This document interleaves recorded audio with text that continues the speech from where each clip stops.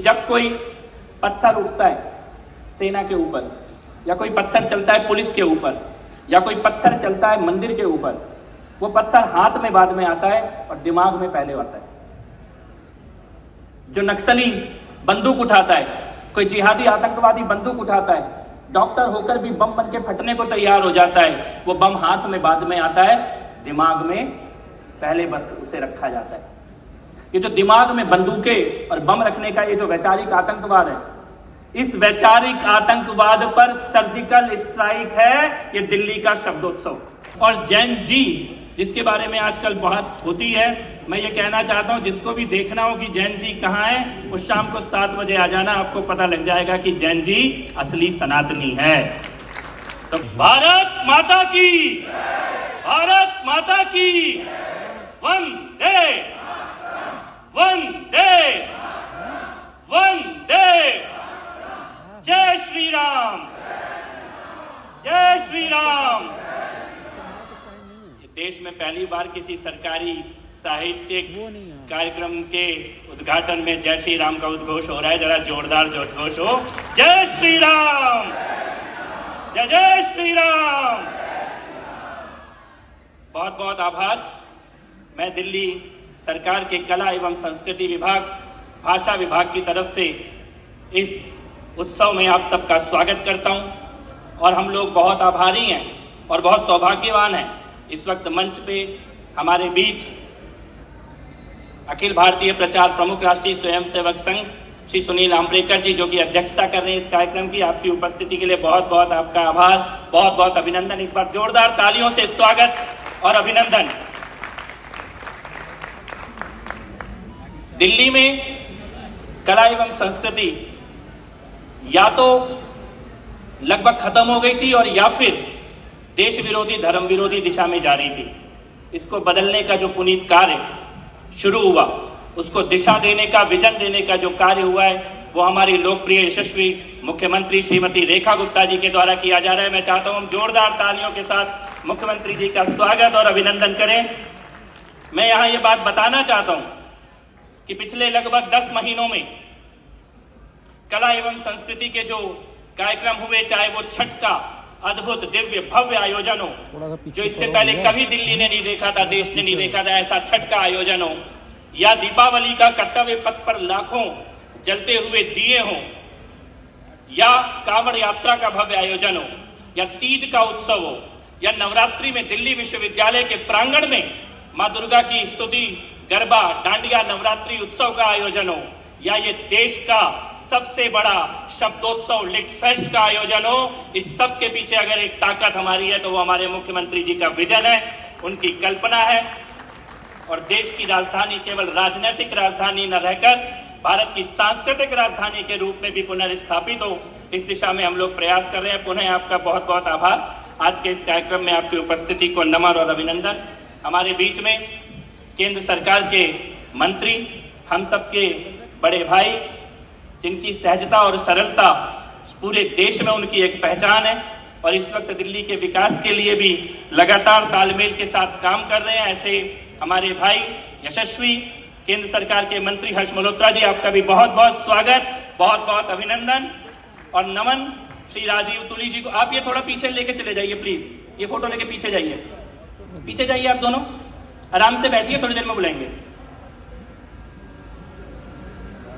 ये जो शब्दोत्सव का आयोजन है, इस आयोजन में राजीव तुली जी, हर्षवर्धन त्रिपाठी जी, अनिल पांडे जी, ये सब पूरी एक टीम, और हमारी जब चर्चा हुई तब ये चर्चा हुई कि दिल्ली में इसका आयोजन महत्वपूर्ण है और सरकार अगर इसमें साथ में आए तो दिल्ली को जिस वैचारिक आतंकवाद का गढ़ बनाने का कुप्रयास पिछले कई सालों में हुआ है, उसका एक मुंहतोड़ जवाब एक कार्यक्रम के माध्यम से और सीरीज के माध्यम से, जो कि हर वर्ष हो, दिया जा सकता है। और राजीव तुली जी ने रात दिन, हर्षवर्धन जी ने कितनी मेहनत की, कितने प्रयास किया, एक एक वक्ता से बात की, समूहों से बात की, कौन आने चाहिए, किस प्रकार के लोग आने चाहिए। आज ये जो इतना भव्य दिखाई दे रहा है, इसके पीछे की जो पूरी मेहनत है वो राजीव तुली जी की, हर्षवर्धन त्रिपाठी जी की, अनिल पांडे जी की। एक बार मैं चाहता हूं जोरदार तालियों से स्वागत और अभिनंदन। तालियां जरा जोर से बजनी चाहिए। और हमारे सचिव महोदय के महेश जी, जिनके नेतृत्व में पहला ये दिल्ली सरकार का कार्यक्रम है, अभी अभी उन्होंने पदभार लिया है और हमारे लिए तो सौभाग्यशाली है क्योंकि सबसे बड़ा आयोजन भी यही है अभी तक का हमारा। तो जोरदार तालियों से स्वागत और अभिनंदन। क्यों हमने इस कार्यक्रम को इतना बड़ा स्वरूप दिया? एक लिट फेस्ट, एक साहित्यिक उत्सव साधारण भी हो सकता था, कुछ 100 सैकड़ों कुछ 100 लोग आ जाते, आपस में चर्चा करते, कुछ अच्छे विचार, कुछ अच्छे लेखक आते, अपनी बात रखते। लेकिन इसको इतना बड़ा स्वरूप देने का ये जो संकल्प है, इस संकल्प के पीछे एक बहुत बड़ा कारण है। वो कारण है कि जब कोई पत्थर उठता है सेना के ऊपर, या कोई पत्थर चलता है पुलिस के ऊपर, या कोई पत्थर चलता है मंदिर के ऊपर, वो पत्थर हाथ में बाद में आता है और दिमाग में पहले आता है। जो नक्सली बंदूक उठाता है, कोई जिहादी आतंकवादी बंदूक उठाता है, डॉक्टर होकर भी बम बन के फटने को तैयार हो जाता है, वो बम हाथ में बाद में आता है, दिमाग में पहले उसे रखा जाता है। ये जो दिमाग में बंदूकें और बम रखने का ये जो वैचारिक आतंकवाद है, इस वैचारिक आतंकवाद पर सर्जिकल स्ट्राइक है ये दिल्ली का शब्दोत्सव। हमने भी ये संकल्प लिया है कि दिल्ली को नक्सली विचारधारा, झूठे इतिहास, धर्म विरोधी सोच, इससे मुक्ति दिलाने के लिए जो संभव होगा वो करेंगे। और इसकी ये शुरुआत दिल्ली शब्दोत्सव से हम लोग कर रहे हैं। 100 से ज्यादा वक्ता, मुझे नहीं लगता देश में किसी भी लिट फेस्ट में इतना बड़ा कुंभ, महाकुंभ राष्ट्रवादियों का, विचारकों का, विद्वानों का इससे पहले कभी हुआ होगा। 100 से ज्यादा वक्ता हैं, 40 से ज्यादा किताबें अगले 3 दिन में यहाँ पे लोकार्पण किया जाएगा। 40 से ज्यादा किताबों का 3 दिन में लोकार्पण किया जाएगा। लगभग 50 से ज्यादा कॉलेज और विश्वविद्यालय के छात्र इस कार्यक्रम से जुड़े हुए हैं। रजिस्ट्रेशन की अगर बात करें, राजीव तुली जी ने वॉलंटियर का आंकड़ा तो दिया, लेकिन एक इससे भी बड़ा आंकड़ा है बुक माई शो का, जो राजीव जी ने संकोच किया बताने से।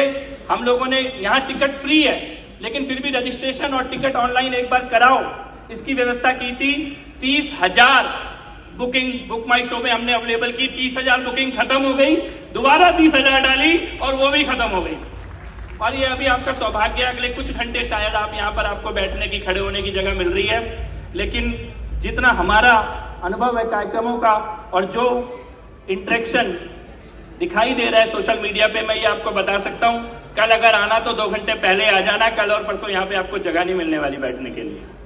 एक अद्भुत आयोजन है, गंभीर चर्चा भी होगी, सांस्कृतिक कार्यक्रम भी होंगे, विचारों का नया प्रवाह भी यहाँ से निकलेगा जो दिल्ली को और देश को गति देने का काम करेगा।